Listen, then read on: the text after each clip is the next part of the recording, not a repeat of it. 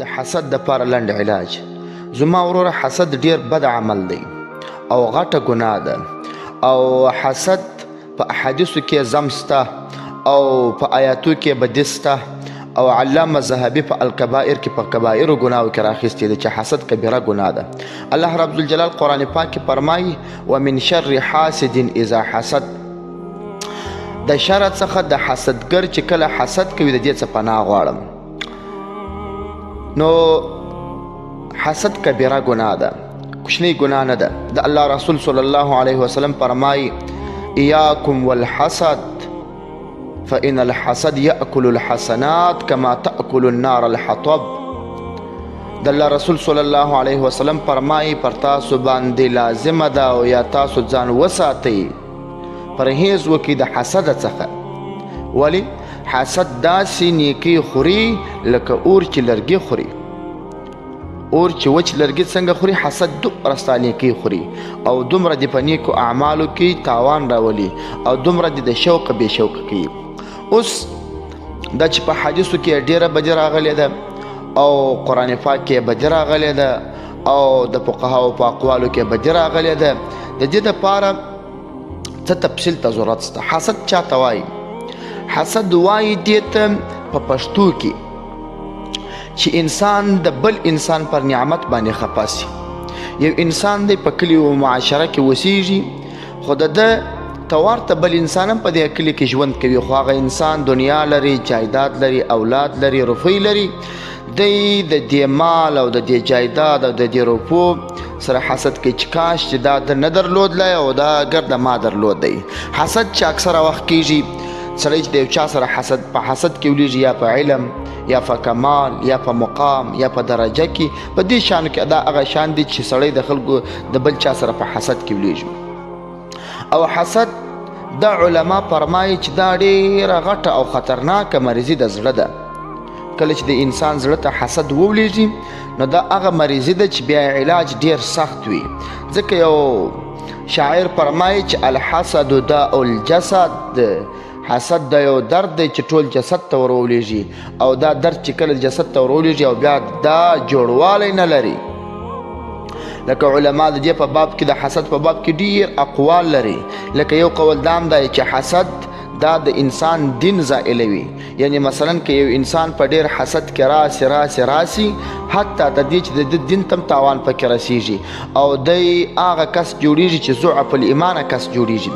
او حسد چې ډیر وخت انسان کې راځي ډیر غټه او عظیمه ګناه ده حسد، او د سړي انسان ډیر نیکی په ختمیږي. نو د ځان ساتلې ضروري خبره ده، او دا د زړه د پاره یو قسم مریضي ده. لکه ځکه علما فرمایي چې دا حسد داسې ټپ دی چې جوړتیا نه لري، او حسد داسې مریضي ده چې جوړیږي نه، چې څومره قدر دی ته د چا سره حسد لري، هغه کس چې څومره پر مخ روان وي ته به دغومره په زیریږي او په دومره به په ځورېږي او دومره به دا ستا د زړه مریضي پرمختګ کوي. نو حسد ډیر سخت مریضي ده. علامه ابن قیم جوزی د مدارج کې د حالات ذکر کوي، د منازل ذکر کوي. یو منزله د رضا بالقضا ذکر کوي، خو دې ته چې رضا بالقضا ته چې رسېدلی وي د دې ته ورته یوه خبر دام ذکر کوي چې ګوره رضا بالقضا دې ته ویل کېږي چې کوم چاته الله رب الجلال نعمت ورکړی و، علم یې ورکړی و، کمال یې ورکړی و، فقاهت یې ورکړی و، د هغه چا په حق کې بیا ته په دې مه خوشحاله کېږه چې کاشکې دا علم، دا کمال، دا فقاهت، دا زرکتیا، دا مال، دا جایداد دا د ده نه وای، خو زما وای یا د بل چا په دې کې مه خوشحاله کېږه. ځکه دا هم رضا بالقضا نه ده. هغه خاصو خلکو، د هغه نیکانو خلکو، د صالحینو خلکو، د بزرګانو خلکو عادت نه دی. دا بد کار دی. ځکه د الله پر رضا باندې په قضا باندې راضي سه. کومه فیصله چې رب کړې وه په هغه فیصله باندې راضي سه، او دا نیت ولر چې رب عادل ذات دی. کوم چاته چې علم ورکوي، حکمت ورکوي، جاه ورکوي، مرتبه ورکوي، په دې کې حکمتونه لري او په دې کې د الله رب الجلال علم وي، او دا د الله رب الجلال په علم کې او د دې حکمتونه الله رب الجلال ته معلوم دي. نو دا د حسد هغه لارې وي او هغه ذم و چې دا بد. او حسد علاجات هم لري. یو سړی غواړي زه حسد لرم، زه څنګه کولی سم چې د حسد ځان وساتم. زما ورور حسد د پاره لنډ علاجات دا دي. اول انسان چې کله رضا بالقضا په ځان کې راولي، مثلا د الله رب الجلال په فیصله باندې دی ځان راضي کی، ای پروردګاره که دې ما ته علم را کړی، که دې ما ته کمال را کړی، که دې ما ته مرتبه را کړی، زه راضي یم. او که دې زما څخه بغیر زما ورور ته، زما قریب ته، زما مساعد ته، زما کلیوال ته او زما ورته کس ته تا کمالات ورکړي، ای پروردګاره دا ستا فیصله ده، ستا په فیصله باندې زه راضي یم. کله چې انسان رضا بالقضا مرتبه خپله کي نو د حسد څخه لیرې سي. دا یو شی د حسد دپاره علاج دی.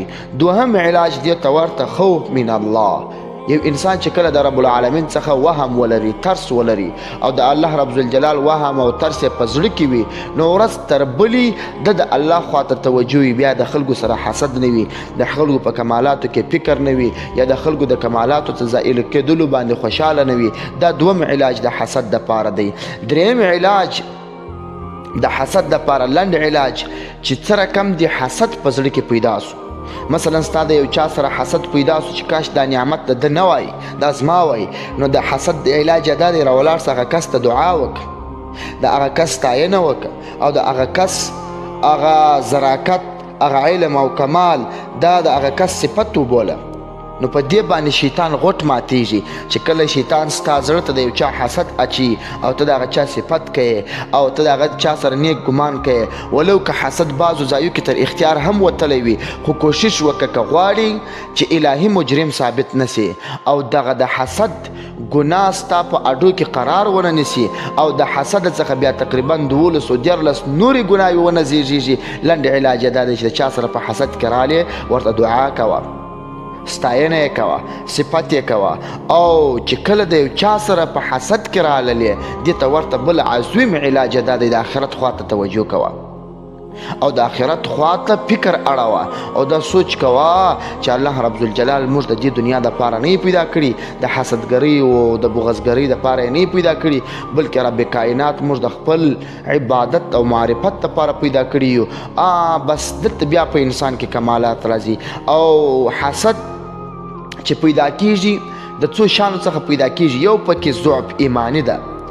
کله چې انسان ضعف الایمانه جوړ شو، په ایمان کې قوت او زبردستی نه و، نو انسان د خلکو سره حسدګر جوړیږي، بیا د بل چا دنیا ته حساب کوي او بیا د دنیا په خاطر خپل ایمان ته حساب نه کوي، د شهرت په خاطر خپل کمالات ته حساب نه کوي، بس یو دنیا او د دنیا محبت پیژندلی. دا په انسان کې د ضعف ایمانی د وجې حسد ډیر راځي.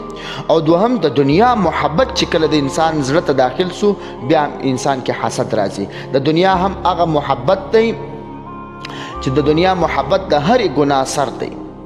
انسان چې کله د خواهشاتو ښکار ګرځي، انسان چې کله د نفس او د تکبر ښکار ګرځي، انسان چې کله الله رب الجلال ته مجرم ثابت کیږي، اکثره وخت یې لامل دنیا وي، اکثره وخت یې لامل حسد وي چې هغه حسد د دنیا په وجه وي او د هغه حسد د وجې څخه دی الله ته مجرم ثابت شي.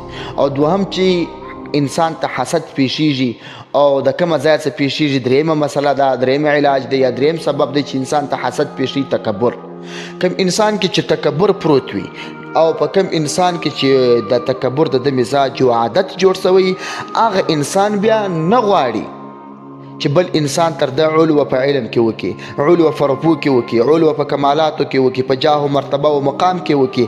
نو تکبر هم هغه شی دی چې په انسان کې حسد شین کوي، او تکبر هم هغه شی دی چې الله پاک ته سړی ځان مجرم ثابت کوي. نو د تکبر او دریم شی شهرت دی. کله چې انسان د شهرت وږی سو، د نامه وږی سو، باید زما نوم په ارځای کې واخیستل سي، باید زما صفت په ارځای کې وسي، باید زه د دې کلي او د دې علاقې نامتو کس جوړ سم او باید زه داسې جوړ سم. دا شهرت او د شهرت لوږه دا هم په انسان کې حسد راولي او دا هم انسان د حسد ښکار کوي. زما عزیزانو، دا حسد غټه ګناه ده.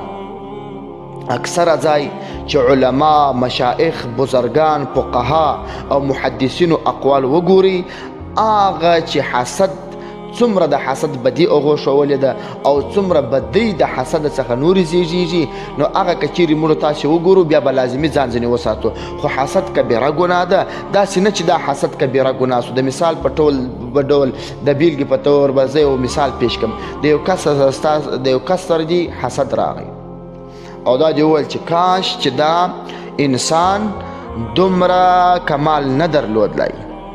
اوس د دې انسان سره حسد ولویدی، بیا د دې انسان په علمیت، بیا د دې انسان په تقوادارۍ، بیا د دې انسان په صلاحیت او په خوارۍ، په عبادت باندې هم نه خوشحاله، بیا د دې انسان په قرابت او د دې انسان په وسیله رحمۍ او د دې انسان سره په نږدېکت او د دې انسان سره په الفت هم نه خوشحاله. اوس ګوره یو حسد دی څومره ګناوې ځینې پیدا سولې، بلکې چې ستا وس کار وکړي بل چاته هم د دې غیبت او د ده د ذم دا وایه، نو د حسد څخه ډېرې ګناوې پیدا کېږي. کوشش وکړئ د حسد ځان وساتئ. زموږ کتابونه، زموږ علما، د دیوبند علما، هغه فقها او مشران علما، هغه چې تصوف او تزکیه او د یو پیر سره بیعت، د یو پیر سره ملاقات، د یو پیر سره صحبت دا ښه ګڼي او لازمي یې ګڼي چې باید خامخا باید وسي. او یو لامل یې دا دی چې کله په انسان کې حسد وي نو د یو ولی الله مجلس ته ولاړ سه، د یو بزرګ مجلس ته ولاړ سه، د یو بزرګ سره بیعت وکړه، د یو بزرګ سره ناسته ولاړه وکړه. هغه به په تا کې دا ځای ختم کړي چې ته به د یو چا سره حسد ونه کړې. د حسد ماده چې پتا کې پرته وي کبیره ګناه ده، بده ګناه ده او د ډیرو غټو او د ډیرو ګناهونو تخم دی چې په انسان کې کله حسد راشین سو ډیرې ګناوې زیږیږي، ډیرې ګناوې راشنې کیږي. نو په دې خاطر باندې علما او مشایخ دا لازمي ګڼي چې د یو پیر صحبت غوره که، د یو بزرګ مجلس غوره که او د یو ولی الله سره ناسته ولاړه وکړه، ورسره بیعت وکړه او ورسره په تزکیه کې ځان شامل که چې هغه ستا تزکیه وکړي او تصفیه دې وکړي. په تا کې تخلا عن رذائل راولي، تا خالی کې د هغه رذائلو څخه یو رذیل شی، بد شی، خبیث شی هغه حسد دی چې د حسد څخه دې خلاص کړي. الله رب الجلال دې د نیکو اعمالو توفیق راکړي. نو د حسد دپاره لنډ علاجات او هغه اسباب مو په لنډه طور ذکر کړل چې هغه اسباب چې حسد ځینې پیدا کیږي.